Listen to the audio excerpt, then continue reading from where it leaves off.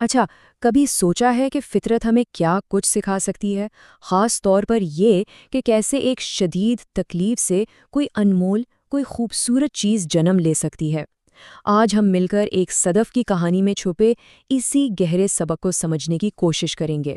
یہ سوال جتنا گہرا ہے نا، اس کا جواب اتنا ہی حیران کن ہے، اور یہ جواب فطرت کی ایک بہت چھوٹی سی مخلوق کے پاس ہے۔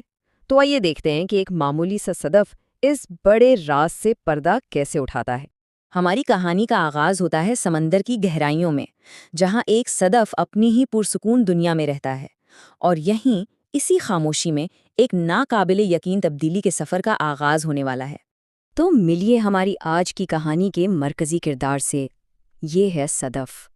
باہر سے دیکھیں تو ایک سخت خول میں بند، بالکل محفوظ، لیکن اس خول کے اندر ایک انتہائی نازک اور نرم جسم چھپا ہوا ہے، اور یہی تضاد اس کی کہانی کو بہت خاص بناتا ہے۔ اور ایک حیرت کی بات بتاؤں، یہ چھوٹی سی مخلوق زمین پر سب سے لمبی عمر پانے والے جانداروں میں سے ایک ہے۔ ذرا سوچیں تو، کچھ صدف 400 سال سے بھی زیادہ جیتے ہیں، یعنی صدیاں اپنے خول میں سمیٹے ہوئے۔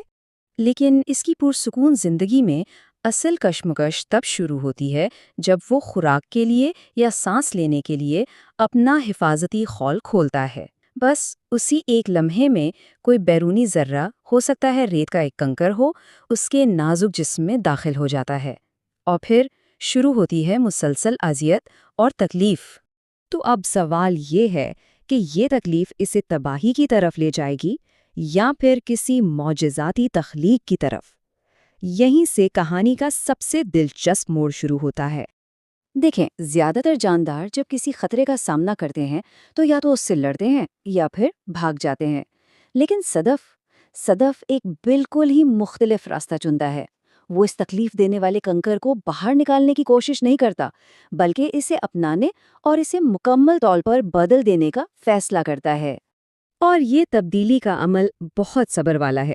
سب سے پہلے تو وہ تکلیف دہ پتھر اندر پھنس گیا، پھر صدف اپنے اندر سے ایک خاص چمکدار مادہ خارج کرنا شروع کرتا ہے، جسے مادر مروارید کہتے ہیں۔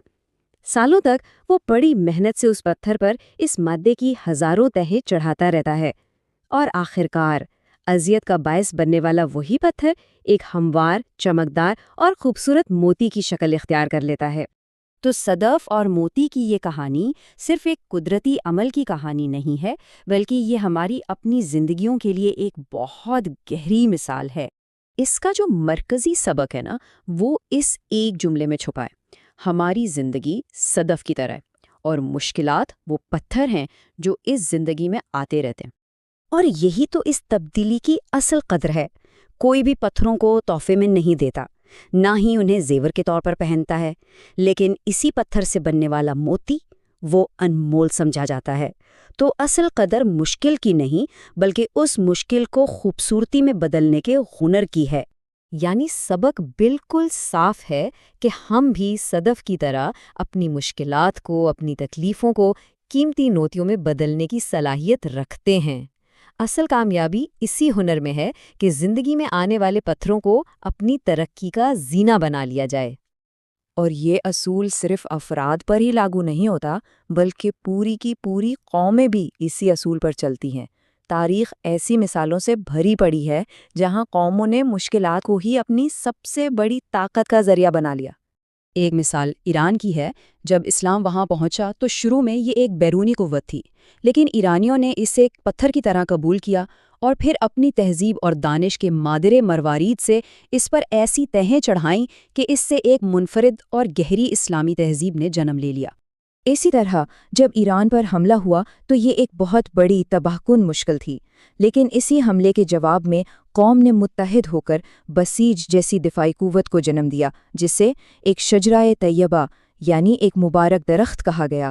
یوں ایک حملے کی تکلیف کو قومی یکجہتی اور طاقت کے ایک بہترین موقع میں بدل دیا گیا۔ اور آخر میں بات یہی ہے کہ یہی عظمت کی اصل نشانی ہے۔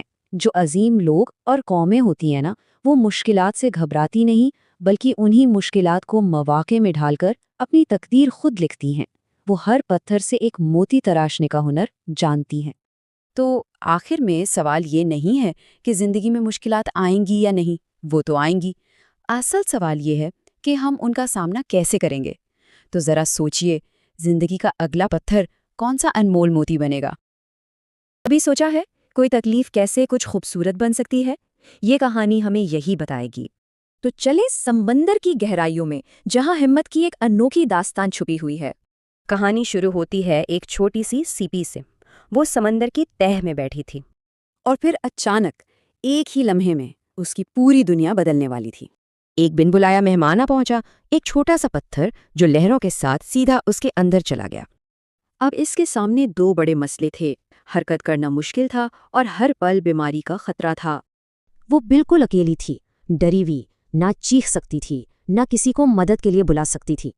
پھر اسے احساس ہوا، خوف سے کچھ نہیں ہوگا۔ اسے فیصلہ کرنا تھا، یا تو تکلیف سہے یا کچھ کرے۔ اور یہیں سے سب کچھ بدلا۔ اس نے سوچا، اگر یہ نکل نہیں سکتا تو کیوں نہ اسے بدل دیا جائے؟ بس وہ کیا تھا، اس نے کام شروع کر دیا۔ پتھر پر تہ در تہ ایک خاص مادہ چڑھانے لگی۔ بہت وقت اور محنت کے بعد ایک دن اس کی آنکھ کھلی تو اندر ایک حیرت منتظر تھی۔ وہ نوکیلا پتھر اب نہیں تھا، اس کی جگہ ایک خوبصورت چمکتی ہوئی چیز نے لے لی تھی، ایک موتی۔ دشمن اب ایک خوبصورت ساتھی بن چکا تھا، اس نے تکلیف کو ہی اپنی سب سے بڑی طاقت بنا لیا تھا۔ تو اس سیپی نے کیا سیکھا؟ صبر، محنت، اور یہ کہ ہر مشکل کو خوبصورتی میں بدلا جا سکتا ہے۔ اور یہی وہ موتی ہے جو تکلیف سے جنم لیتا ہے اور پھر ماؤں کے لیے محبت کا تحفہ بنتا ہے۔ شاید وہ جانتی ہیں کہ ایک چھوٹی سی سیپی نے ایک بدصورت پتھر کو کیسے ایک قیمتی تحفہ بنا دیا۔